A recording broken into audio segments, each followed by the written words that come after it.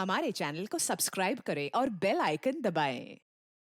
हाय, मैं हूं आदित्य श्रीवास्तव और आप मुझे अभिजीत के नाम से जानते हैं। For more episodes of CID, subscribe to live crime and hit the bell icon.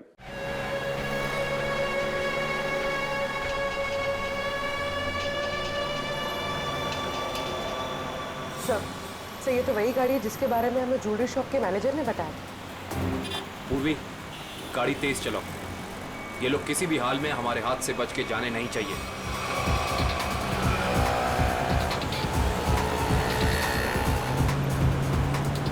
जिगर, ये देख तो अपना कोई पीछा कर रहा है बहुत देर से यार।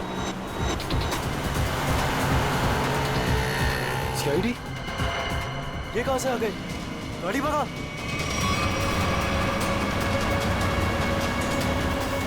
जिस तरह से इन लोगों ने गाड़ी तेज की है, ऐसा लग रहा है इन लोगों को पता चल गया हम इनका पीछा कर रहे हैं।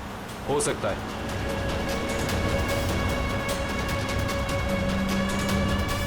जल्दी कर, जल्दी कर।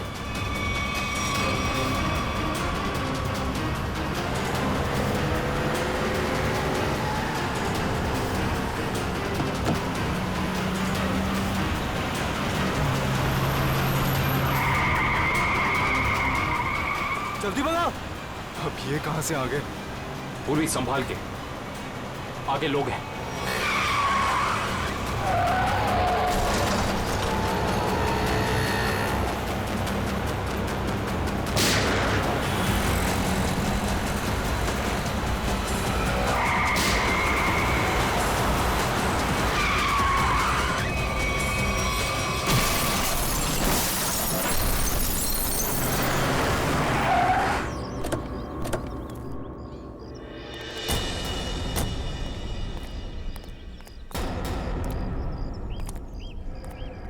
Sir, he is dead. जुर्म करके भागने का यही नतीजा होता है। एम्बुलेंस को फोन करो, चेक करो, देखो कोई सुराग मिलता है कि नहीं।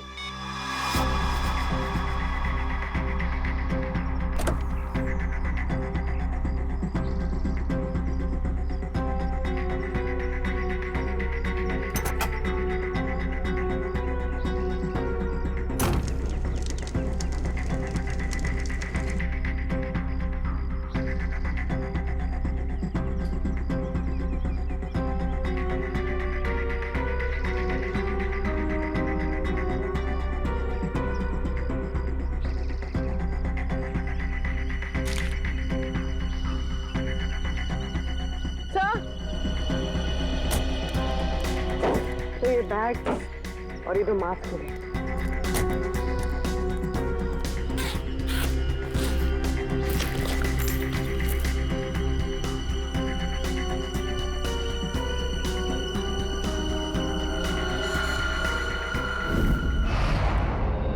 सर,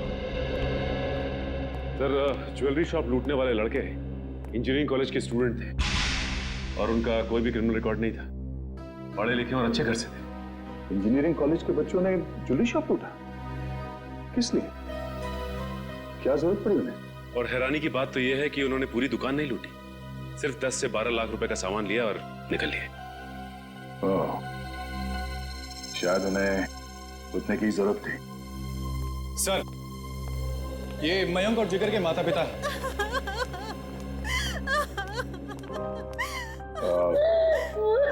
माफ कीजिए, ऐसे समय पे आप लोगों को यहाँ पे बुलाना पड़ा। हम आपके बच्चों के बारे में कुछ पूछना चाहते हैं। सर, प्लीज मेरे मयंक को मुझे वापस दे दीजिए। हमारा एक ही बच्चा है और इस उम्र में हमसे ये सदमा बर्दाश्त नहीं होगा सर। प्लीज सर, प्लीज मेरे मयंक को वापस दे दीजिए। देखिए मैडम, आप प्लीज अपने आप को संभालिए, प्लीज। सर, हमारा बच्चा एक इंजीनियर स्टूडेंट था, उसे पढ़ने और स्पोर्ट्स के अलावा कुछ और नहीं करना था, और इस एक्सीडेंट में उसकी मौत। मेरा बेटा भी बहुत अच्छा लड़का था, फिर भी उसके साथ ये सब। हम समझ सकते हैं कि आप लोगों पे क्या बीत रही है, मगर हम आपको ये बताना चाहते हैं कि आपके बच्चों की मौत तब हुई जब वो ज्वेलरी शॉप को लूट के भाग रहे थे।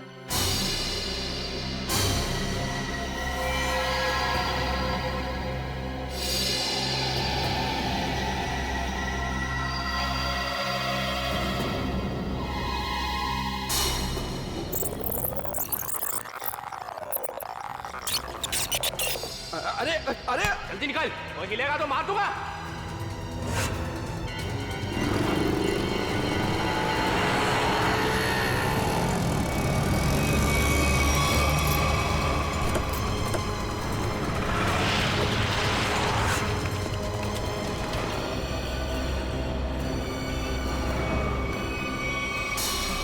चुप रहिए आप लोग कुछ भी इल्जाम लगा देंगे और हम मान लेंगे।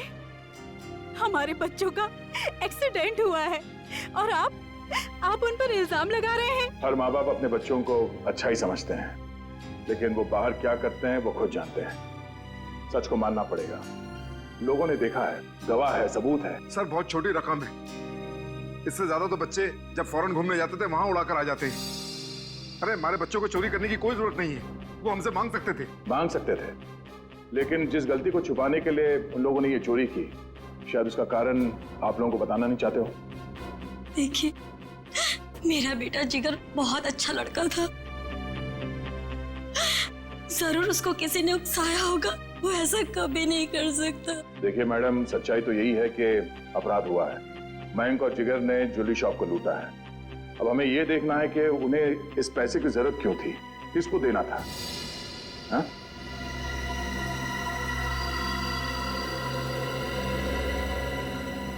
अच्छा ये बताइए कि आपके बच्चों ने पिछले कुछ दिनों में कुछ अलग सा बर्ताव किया, कुछ भी अजीब सा? हाँ, पिछले कुछ दिनों से मयंक वॉशरूम में बहुत ज्यादा जाता था, जबकि वो बीमार भी नहीं था, और वॉशरूम में 2-3 घंटे रहता था वो। तो आपने पूछा नहीं उससे कि वो बाथरूम में इतना टाइम क्यों लगा रहा था? जब भी मैं उससे पूछती, वो मेरी बातें टाल देता था। अफरीदी, क्या? ओह, ठीक है। क्या सर, फ्रेडी का फोन था। उस कार का पता चल गया है जो जिगर और मयंक चला रहे थे। वो किसी ईशंका नाम के आदमी की है। सुन, शाम को 6 बजे अगर मेरे पैसे गैरेज नहीं पहुंचे ना, तो 7 बजे मेरे आदमी वहां पे पहुंचेंगे। फिर जो वहां पे तोड़फोड़ होगी ना, उसका जिम्मेदार तू होगा। तू समझा?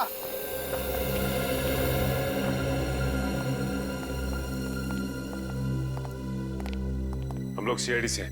ये शंकर कहाँ है? शंकर? रुक जा!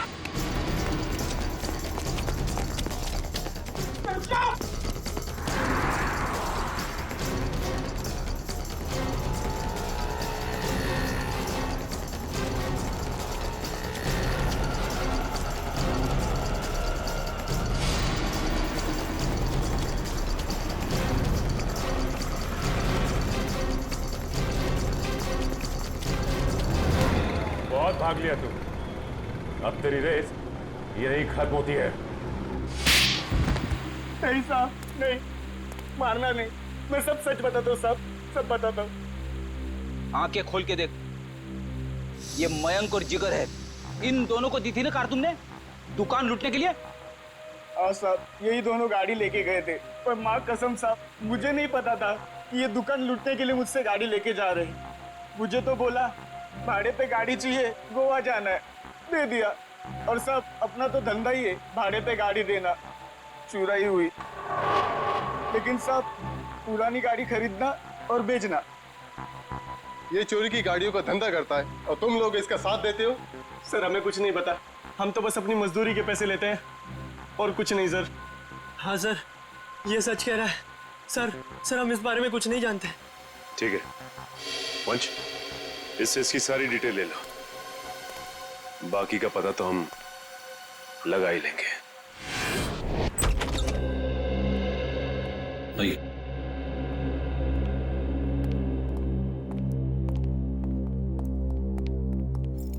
ये मयंक का कमरा है। एक सेकेंड, आप जरा बाहर रुकिए, हम देख लेते हैं।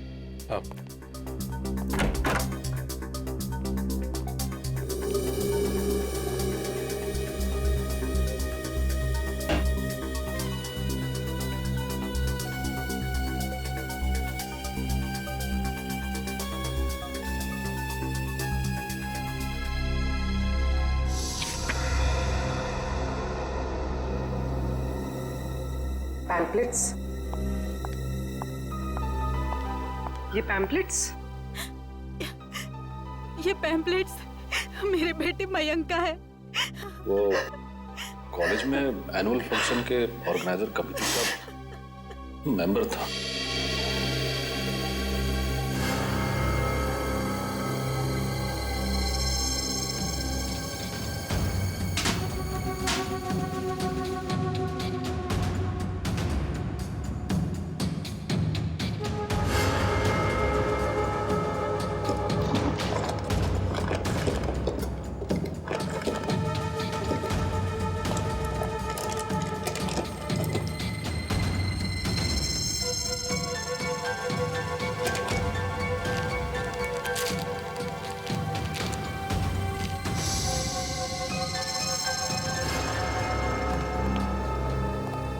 ये इन चीजों को पहचानती हैं आप?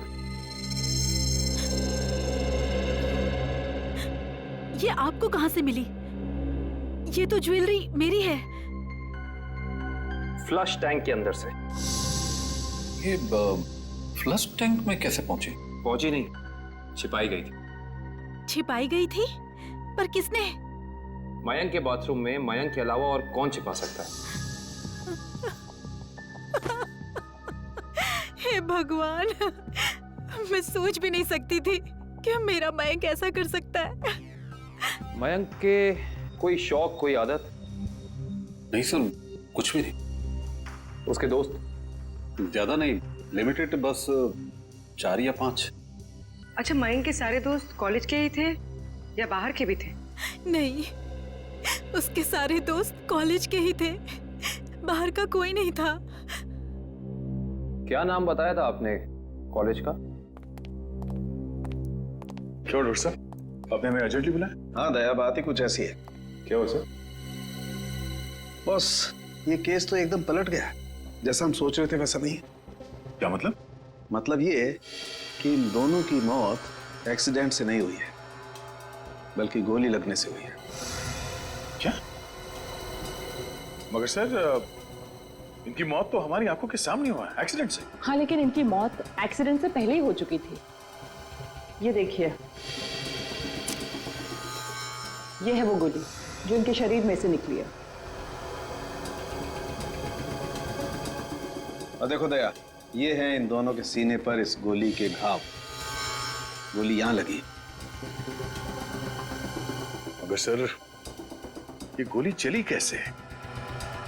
और चलाया किसने?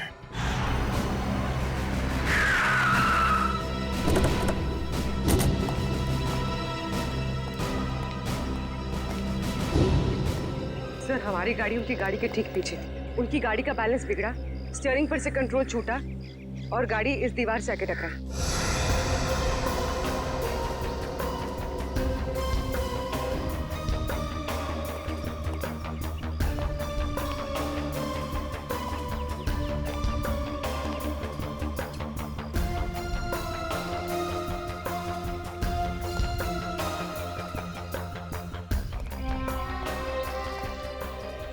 गोली सामने से चलाई गई थी।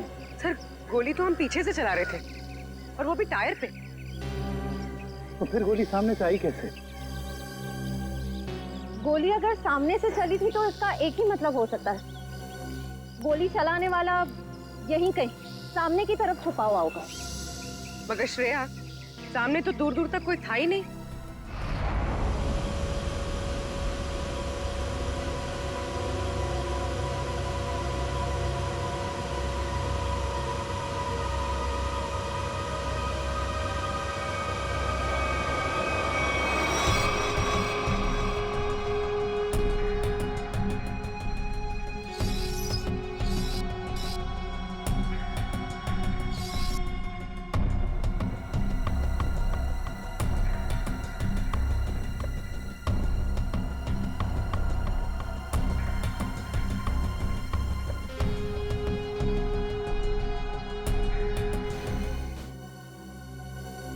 अगर पोस्टमार्टम रिपोर्ट में गोली सामने से सीने पे लगने का प्रूफ है, तो गोली सामने से ही चली है। बिल्कुल दया, गोली सामने से ही चली है और गोली बिल्कुल सीधी लगी है, बहुत करीब से। क्योंकि घाव बताते हैं कि बहुत करीब से गोली लगी है, और ये विंड स्क्रीन बताता है कि विंड स्क्रीन को छेदती हुई गोली बाहर नहीं गई है, क्योंकि विंड स्क्रीन पे अगर गोली लगी होती तो छेद होता। ये तो ऐसा लगता है जैसे पेड़ से टकरा करके गोली लगी है। इसका मतलब गोली बाहर से नहीं, अंदर से चली है। बिल्कुल लगता है। गाड़ी के डैशबोर्ड में से या एसी डक्ट में से या विंड चैनल में से। और अगर ऐसा है तो बुलेट या गन के मार्क जरूर मिलेंगे। बिल्कुल मिलेंगे, चेक करते हैं। वंश, गाड़ी नहीं चलो। Yes sir.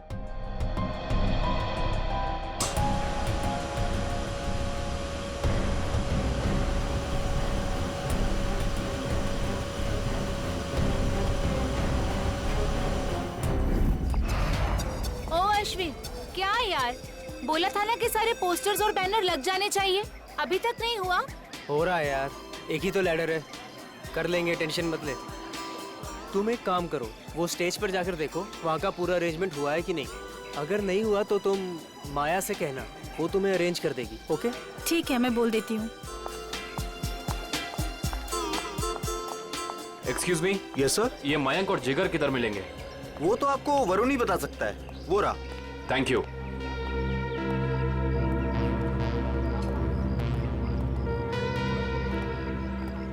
Excuse me. Hi, हम प्रीमियर क्लोथिंग की तरफ से हैं, आपके इस फेस्टिवल के स्पॉन्सरशिप की तरफ से। हाय। हाय। कहिए, how can we help you? देखिए, हमें आपकी ऑर्गेनाइजिंग कमेटी के मेंबर से मिलना था। आई मीन मयंक और जिगर से। इस स्पॉन्सरशिप की डील के बारे में कुछ बातचीत करनी थी। कोई खास रीजन ना हो तो आप लोग हमें बता सकते हैं। दरअसल बात यह है कि हम उन्हीं दोनों से डील कर रहे थे, तो हमने सोचा कि स्पॉन्सरशिप की सारी बातें उन्हीं से हो जाए। मगर मयंक और जिगर तो कॉलेज में दिखे ही नहीं। I mean, शायद आए नहीं। कब तक आएंगे वो? कुछ खबर? No news. मैंने भी उन्हें कांटेक्ट करने की कोशिश की है, लेकिन उनके फोन कॉल्स कनेक्ट नहीं हो रहे। ऐसा कैसे? हम भी ट्राई कर रहे थे, लेकिन उनके फोन से कोई रिप्लाई नहीं आया, हर बार नो रिप्लाई। कमाल की बात यह है कि ये मयंक और जिगर खुद स्पॉन्सरशिप के इतने पीछे पड़े थे, तब हो नहीं रही थी। देखिए, थोड़ा अर्जेंट है। अगर आज ये एग्रीमेंट साइन नहीं हुआ तो ये डील कैंसिल हो जाएगी। आई मीन ये हम स्पॉन्सर नहीं कर पाएंगे आपको, और इन दैट केस ये फेस्टिवल आप लोगों को कैंसिल करना पड़ जाएगा। नो नो, आप ऐसा मत कहिए प्लीज। हम लोगों ने बहुत मेहनत की है, कॉलेज की प्रेस्टीज का सवाल है। Of course. आप एक काम कीजिए, आप विक्की से जाके मिल लीजिए, तो वो आपको जिगर और मयंक के बारे में पूरा सही बताएंगे। वो उनके काफी क्लोज हैं। आप विक्की का एड्रेस और फोन नंबर दे दीजिए, हम उसे मिल लेते हैं।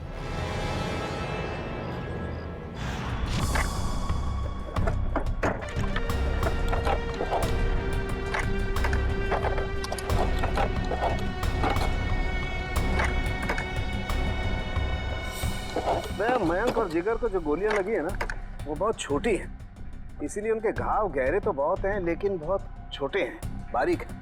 फिर तो गन भी बहुत छोटी होगी सर। छोटी होगी।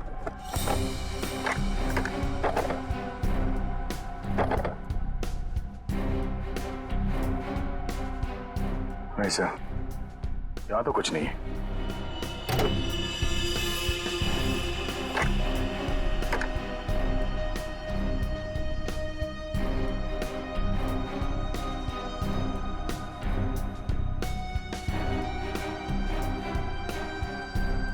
सर, यहाँ पे भी कुछ नहीं है। यहाँ पर कुछ नहीं है तो एक काम करो, इंजन चेक करो, उसमें भी फिट किया जा सकता कुछ। सलूंगे साहब, ये तार यहाँ अलग से लटक रहा है, किसी फिटिंग के साथ इसका कोई कनेक्शन नहीं है। ये तार जा कहाँ रहा है दया? सर, इसका एक सिरा तो यहाँ एक्सीलेटर से कनेक्टेड है, और ये दूसरा सिरा ये तो साइड व्यू मिरर की तरफ जा रहा है सर। साइड मिरर की तरफ जा रहे हैं दया, तो फिर साइड मिरर चेक करना पड़ेंगे दोनों।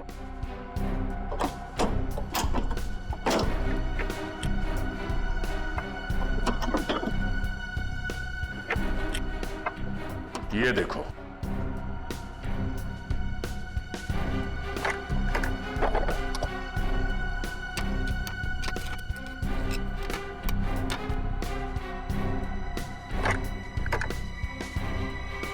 ये देखिए सर, गन यहाँ है।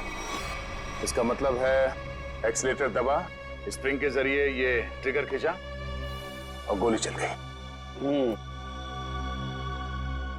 और यहाँ पर है दूसरी गन दया।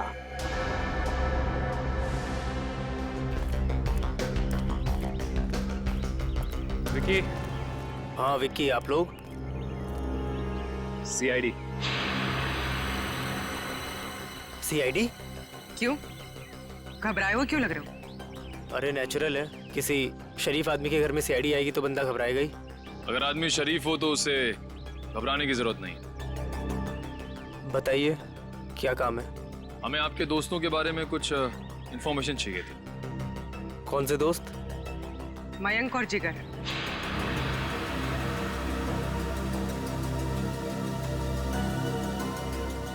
मयंक और जिगर? क्या हुआ उन्हें? उनकी मौत हो गई। What? Oh no! किसी ने गोली मारकर उन दोनों की हत्या कर दी। वो आपके बहुत अच्छे दोस्त थे ना? आप उनके बारे में हमें कुछ बता सकते हैं? मुझे इस बारे में कुछ नहीं पता सर। जितना पता है उतना ही बता दीजिए। उनका कोई ऐसा सीक्रेट जो उन्होंने शेयर किया हो, या कोई ऐसी बात जिससे उनको टेंशन हो, कोई ऐसा आदमी जिससे उन्हें खतरा हो। ऐसी बातें अक्सर दोस्तों के बीच में छिपी नहीं रहती, है ना? सर हम सिर्फ अच्छे दोस्त थे, हमने आज तक कभी कोई ऐसी बात शेयर नहीं करी। थोड़ा दिमाग पे जोर डालो, शायद कुछ याद आ जाए। नहीं सर, ऐसी कोई बात हमारी कभी नहीं हुई। ठीक है, तो आप जा सकते हैं। हाँ, पर कुछ भी अगर याद आया ना, कुछ भी, हमें बताना ना भूलिएगा, समझे? जी सर।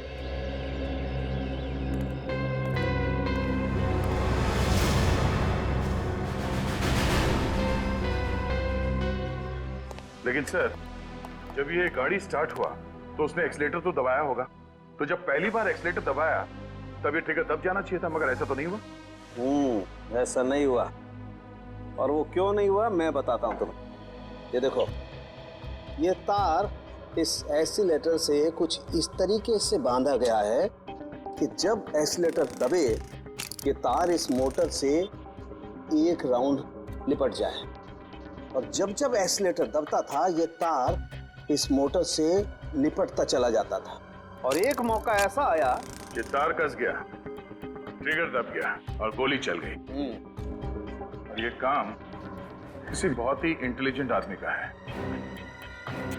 कौन हो सकता है वो?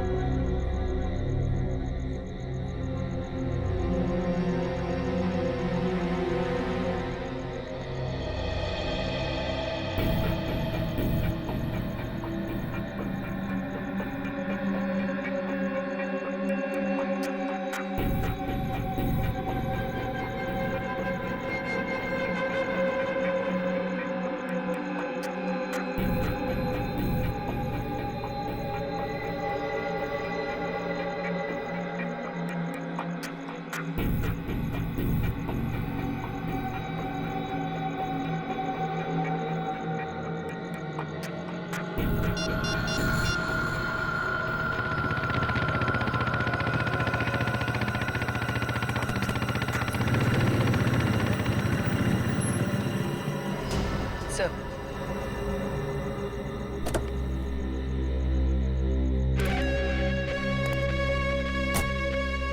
पैसा कहाँ है?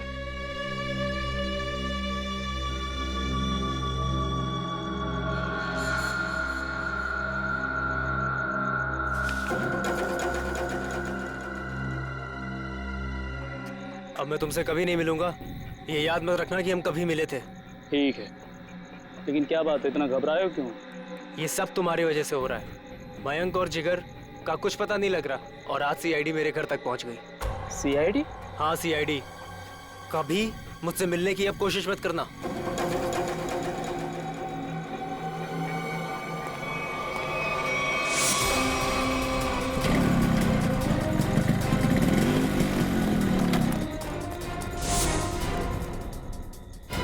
अब बताओ कि मयंक और जिगर के साथ तुम दोनों का क्या रिश्ता है और तुम दोनों ने उनका खून क्यों किया?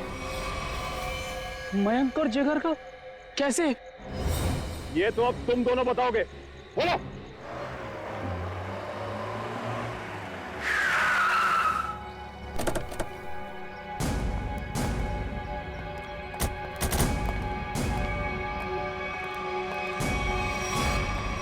कहाँ जा रहे हो?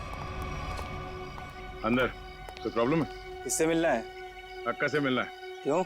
उनसे कहो कि सीआईडी आई है उनसे मिलने। जाओ।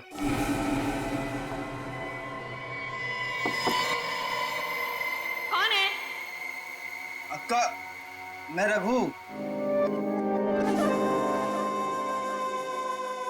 बोला था ना डिस्टर्ब नहीं करना। क्या काम है?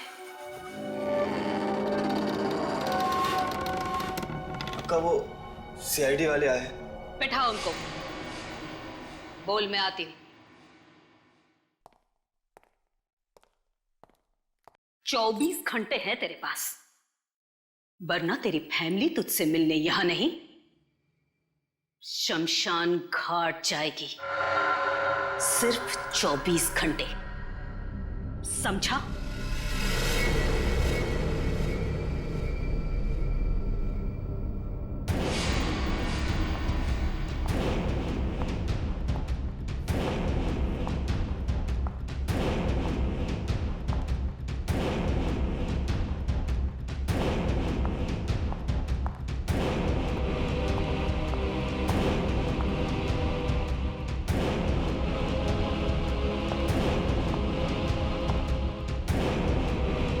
सलाम साहब, बैठिए। नहीं, हम लोग यहाँ ठीक है।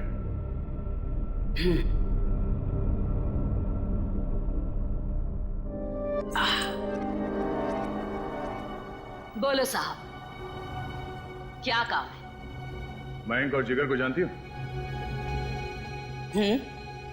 जानती हूँ। क्यों मारा उन दोनों को?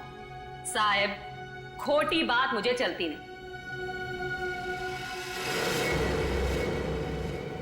मैंने नहीं मारा उन दोनों को। झूठ हमें भी नहीं चलता।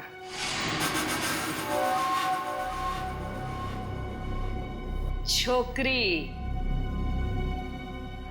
तीखी जबान है तेरी। इसे आप समझाओ ना इसे। अक्का मीठा सुनना और बोलना दोनों पसंद करती है। तो फिर सर जो पूछ रहे हैं ना, उसका जवाब दो। जिगर और मयंक को क्यों मारा? बोला ना, मैंने नहीं मारा। मारा मारी मुझे पसंद नहीं।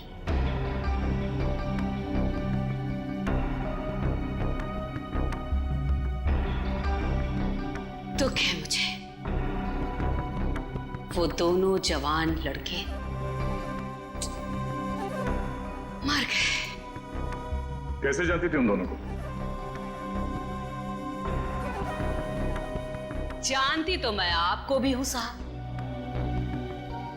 जो यहां इस क्लब में एक बार आ जाता है, मैं उसे नहीं भूलती। क्यों आते थे वो यहाँ पर? अब डांडिया खेलने तो आते नहीं थे। यहां लोग आते हैं पत्ते खेलने। वो भी पत्ते खेलने ही आते थे। हार गए। जो उनकी जेब में था वो भी, और जो मुझसे उधार लिया था वो भी। 10 लाख। 100% ठीक कहा तूने छोकरी। पूरे 10 लाख हारे वो साहब। और फिर तुमने उन्हें मार दिया, है ना? बोला ना एक बार। नहीं मारा मैंने।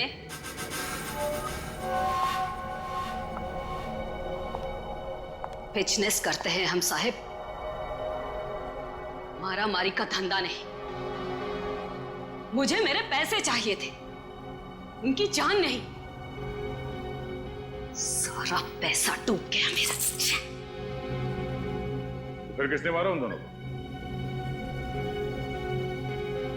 एक लड़का आता था साहब, उन दोनों का पीछा करते हुए। कौन था वो?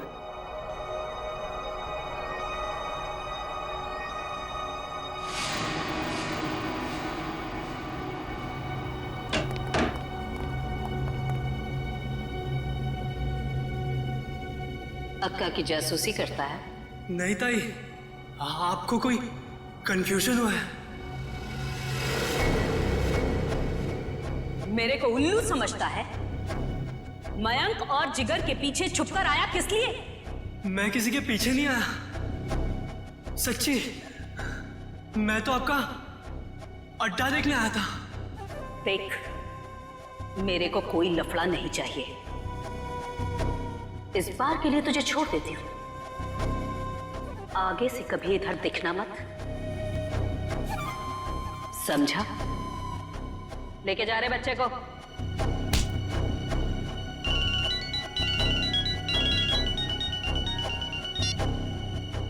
हाँ बोल रहे। उसका स्केच बनवा सकती हो हमारे लिए? टाइम नहीं है मेरे पास। टाइम नहीं है? गैर कानूनी जुए का अड्डा चलाती हो तुम यहाँ पे, हैं? अगर उस धंधे पे बड़ा सा ताला लग जाए तो फिर तो तुम्हारे पास टाइम ही टाइम होगा। कैसी बातें करते हैं आप साहब? अब क्या इतना सा मजाक नहीं कर सकते आपके साथ? आपकी मदद करने के लिए तैयार है। इसके लिए तुम्हें हमारे साथ ब्यूरो चलना होगा। हाँ तो चलेंगे ना साहब। रघु, संभालना पीछे से सब। मैं जरा ब्यूरो की हवा खा के आती हूँ।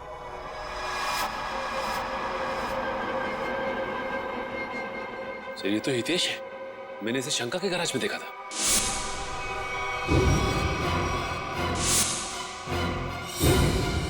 आपको पूरा यकीन है कि यही था वो? अक्का एक बार जो किसी का चेहरा देख लेती है ना साहिब, तो फिर भूलती नहीं। पक्का यही था। तो फिर देर किस बात की? उठा लो इसे।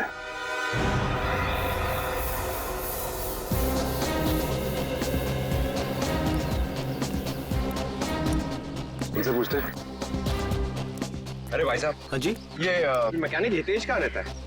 वो उस तरफ, उस गली में।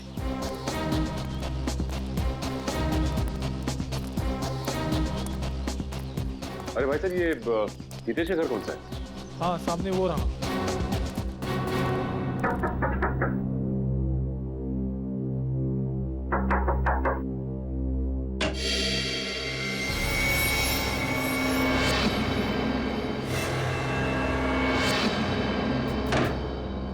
सर अब क्या हो गया? अब क्या किया मैंने? तुम्हें घबराने की जरूरत नहीं। हमें हितेश से मिलने आए, बुला उसे। सर हितेश तो घर पर नहीं है। कहाँ गया? पता नहीं कहाँ गया, पर कल से घर भी नहीं आया। ऐसी कोई जगह जहाँ वो अक्सर जाता है? हाँ सर, हो सकता है अपनी बहन से मिलने गया हूँ। बहन का एड्रेस? बहन का एड्रेस, हाँ, A45 शीतल नगर।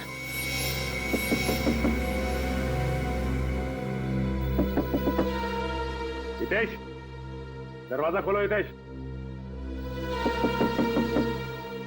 हितेश दरवाजा खोलो। हमें पता है कि तुम अंदर हो। बहुत हो गया। सर कोई जवाब नहीं दे रहा है, कहीं दूसरे रास्ते से ना निकल जाए। निकल के जाएगा कहाँ? पंकज,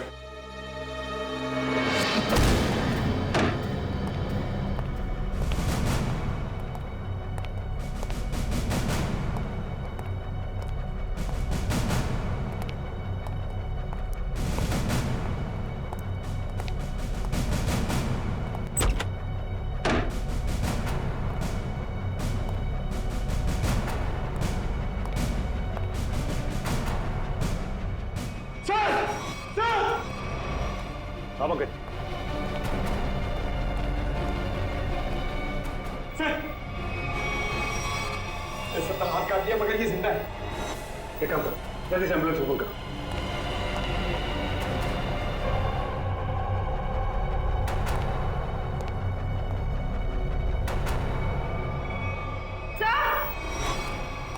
आप उठिए। सर इसने अपनी कलाई काट ली और जिंदा है।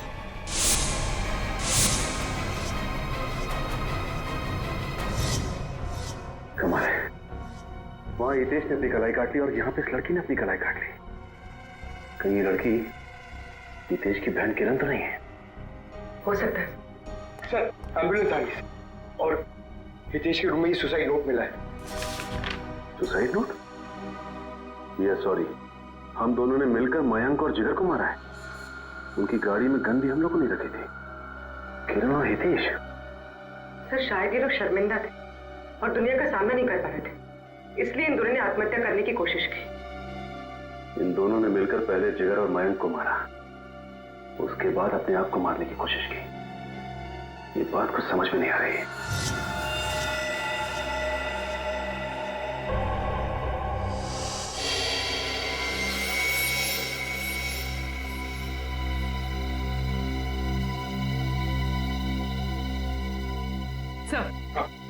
सर किरण के घर से कुछ फोटोज मिली है।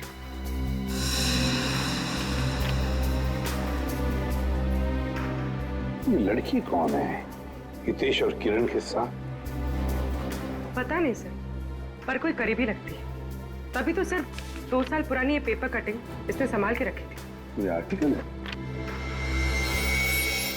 इस लड़की ने भी आत्महत्या की थी? हाँ सर, और एक बात, ये लड़की जिया उसी कॉलेज में पढ़ती थी जिस कॉलेज में मयंक और जिगर पढ़ते थे।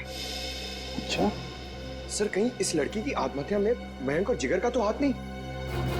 हो सकता है पंकज, हो सकता है। और शायद किसी का बदला लेने के लिए हितेश और किरण ने मयंक और जिगर को मार डाला। कहाँ है वो दोनों जिन्होंने हमारे बेटे को हमसे दूर कर दिया है? कहाँ है?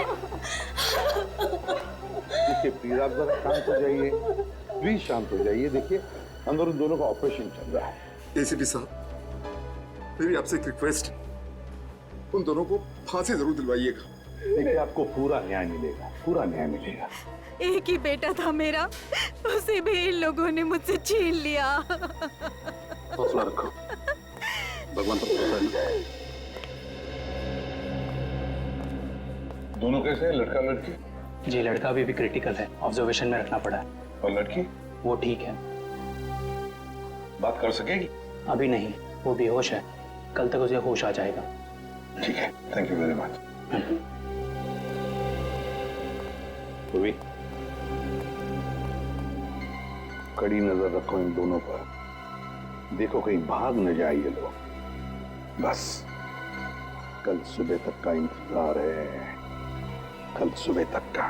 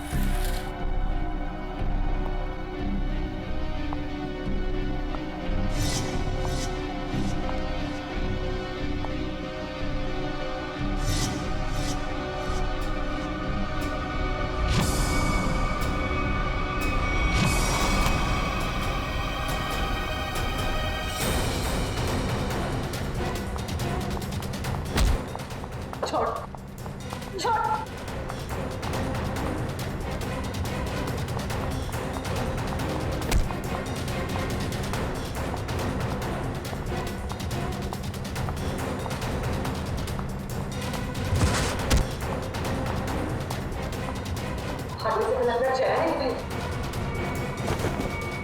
क्यों?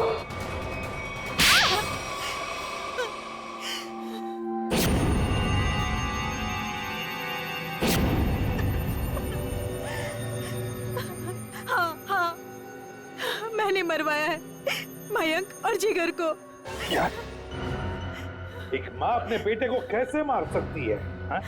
वो मेरा बेटा नहीं था, वो मेरा सौतेला बेटा था। सौतेला ही सही, पर बेटा ही तो था ना वो।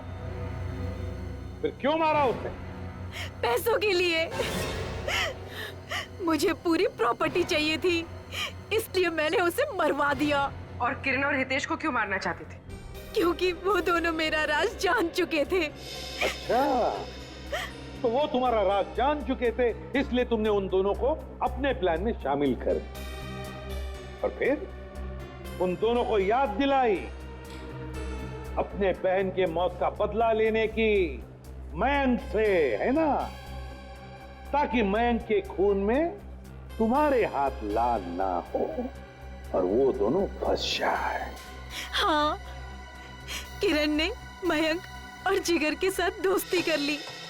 उसे पता चला कि दोनों ज्वेलरी शॉप लूटने वाले हैं और किरण ने ही उनकी मदद की। कार का भी अरेंजमेंट किरण ने ही किया, क्योंकि किरण का भाई हितेश एक मैकेनिक था और उसने ही वो मशीन तैयार की जिससे गाड़ी में गोली चली और दोनों की मौत हो गई। और फिर जिगर को क्यों मरवाया? उसका क्या संबंध था तुम्हारे जायदाद के लेने देने से?